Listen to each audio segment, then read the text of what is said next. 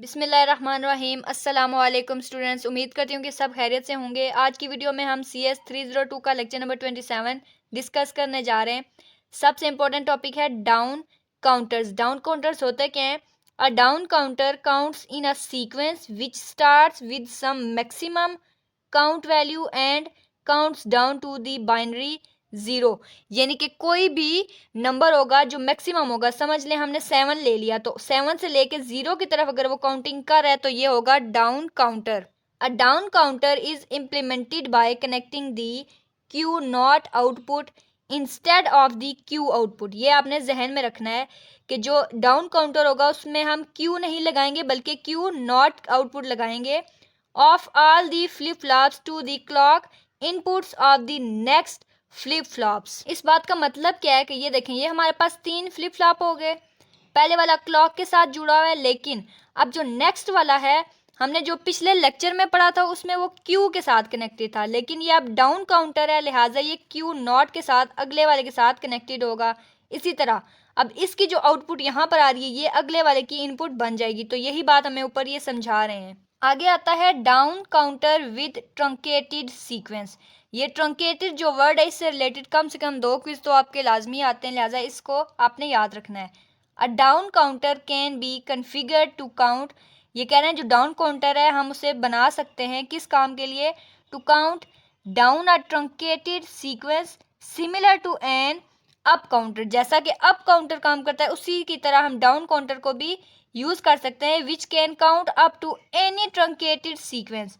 A down counter counts down from the maximum count value, यानी कि कोई भी मैक्सिमम वैल्यू उसके नीचे काउंट करना शुरू करेगा, टू सम प्री डिफाइंड मतलब पहले से हमने उसे बता दिया कि जैसा कि अगर 6 वैल्यू ले लिया तो हमने 0 तक जाना है, तो ये प्री डिफाइन है।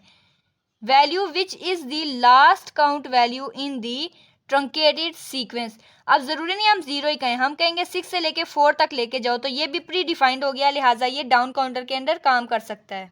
आगे आता है synchronous counter. A synchronous counter due to the delayed output caused by the rippling clock signal do not allow their operation with high frequency clock signal। जो असिंक्रोनियस काउंटर होता है ये हाई फ्रिक्वेंसी क्लॉक सिग्नल की वजह से properly काम नहीं कर सकता। असिंक्रोनियस काउंटर हैविंग मल्टीपल बिट्स, इसके पास बहुत सारी बिट्स होती हैं। आल्सो काज टाइमिंग प्रॉब्लम, इसके अंदर टाइमिंग प्रॉब्लम भी आ जाती है जो कि हमने पिछले लेक्चर में पढ़ा था। Due to the excessive propagation delay, बहुत ज़्यादा प्रोपगेशन डिले की वजह से ये टाइमिंग प्रॉब्लम भी क्रिएट हो सकती है। हम क्या करेंगे, अब असिंक्रोनस की जगह हम सिंक्रोनियस काउंटर को यूज करेंगे, which is use as common clock signal. ये कॉमन क्लॉक सिग्नल को इस्तेमाल करता है connected to the clock inputs of all the counter flip flops.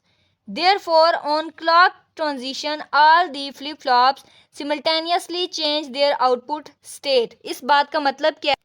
यहाँ पे जो क्लॉक सिग्नल होता है वो पहले वाले के साथ भी कनेक्टेड होता है और अगले वाले के साथ भी। पीछे जो हमने डायग्राम किया है वहाँ पे सिर्फ क्लॉक सिग्नल इसके साथ कनेक्टेड था, आगे नहीं था। यहाँ पे देखें ये क्लॉक सिग्नल इसके साथ भी कनेक्टेड है और इसके साथ भी कनेक्टेड है, तो ये इसका एक यूज हो गया और फायदा हो गया। इससे रिलेटेड एक और चीज़ हमें बताई जा रही है, दी 2 बिट सिंक्रोनियस काउंटर। 2 बिट का मतलब है यहाँ पे 2 फ्लिप फ्लॉप यूज हो रहे हैं। Has both its clock input, इसके पास क्लॉक इनपुट भी होती है connected to the clock signal, जो कि क्लॉक सिग्नल के साथ जुड़ी हुई होती है। Both the flip flops are reset, जो दोनों फ्लिप फ्लॉप होते हैं वो रीसेट किए जा सकते हैं टू लॉजिक लो, यानी कि उनको लो लॉजिक देकर स्टेट्स रिस्पेक्टिवली। आगे आता है 3 bit and 4 bit synchronous counter. 3 bit 4 bit synchronous का मतलब क्या है कि इसमें 3 बिट वाले में 3 फ्लिप फ्लॉप होंगे और 4 वाले में 4 फ्लिप फ्लॉप होंगे। Multi bit synchronous counters can easily be implemented. Multi bit का मतलब 2 या 2 से ज़्यादा हो जाएंगे, तो वो क्या करेंगे, implemented by connecting together appropriate number of flip flops together. यानी कि एक खास हद तक अगर हम फ्लिप फ्लॉप्स को आपस में जोड़ दें तो वो मल्टी बिट सिंक्रोनियस काउंटर्स बन जाते हैं। अब यहाँ पे देखें ये 3 बिट सिंक्रोनियस बन गया, यहाँ पे 3 फ्लिप फ्लॉप लगाए। और एक और इम्पॉर्टेंट चीज़, ये क्लॉक सिग्नल था, पहले के साथ भी कनेक्टेड, दूसरे के साथ भी और तीसरे के साथ भी। और ये फ्लिप फ्लॉप कौन सा है? JK फ्लिप फ्लॉप है, ये आपने जहन में रखना है। अब यहाँ पे आ गया 4 bit synchronous binary counter. 4 bit में क्या होगा, इसी तरह 4 फ्लिप फ्लॉप लगेंगे और यहाँ पे देखिए क्लॉक सिग्नल दिया, पहले के साथ, दूसरे, तीसरे और चौथे के साथ भी कनेक्टेड होगा। अब यहाँ पे एंड गेट, पहले वाले में एक एंड गेट लगाया गया था, यहाँ पे 2 लगाए। और एक ये आगे इंपॉर्टेंट चीज़ है, larger counters can be implemented using similar and gates. ये आपने याद रखना है, क्विज आ सकता है। अब जो नेक्स्ट हमारे पास काउंटर आ रहा है वो है 4 बिट सिंक्रोनियस डिकेड काउंटर। ये आपने जहन में रखना है, यहाँ पे डिकेड लिखा हुआ है। Earlier an asynchronous decade counter has been discussed. हम पहले ही इसके बारे में पढ़ चुके हैं। Which counts from state 4 times 0 to 1001। इस स्टेट में जो डिकेड होता है ना, आपने जहन में रखना है कि इस स्टेट से इस स्टेट तक काउंट करता है। The asynchronous counter is declared to state 4 times 0 when the counter counts from 1001 to 1010। अगर यहाँ तक काउंट कर ले तो फिर क्या होगा, synchronous counter can be implemented. Synchronous counter कब डाला जा सकता है, which counts from 4 times 0 to 1001। In the synchronous counter all the 4 flip flop, इसमें कितने फ्लिप फ्लॉप होते हैं, 4, are connected to a common clock. ये कॉमन क्लॉक से कनेक्टेड होते हैं and are triggered simultaneously. However instead of using the clear asynchronous input to clear the counter to the initial state, इस काम के अलावा हम क्या कर सकते हैं, logic gates are use to reset the decade counter.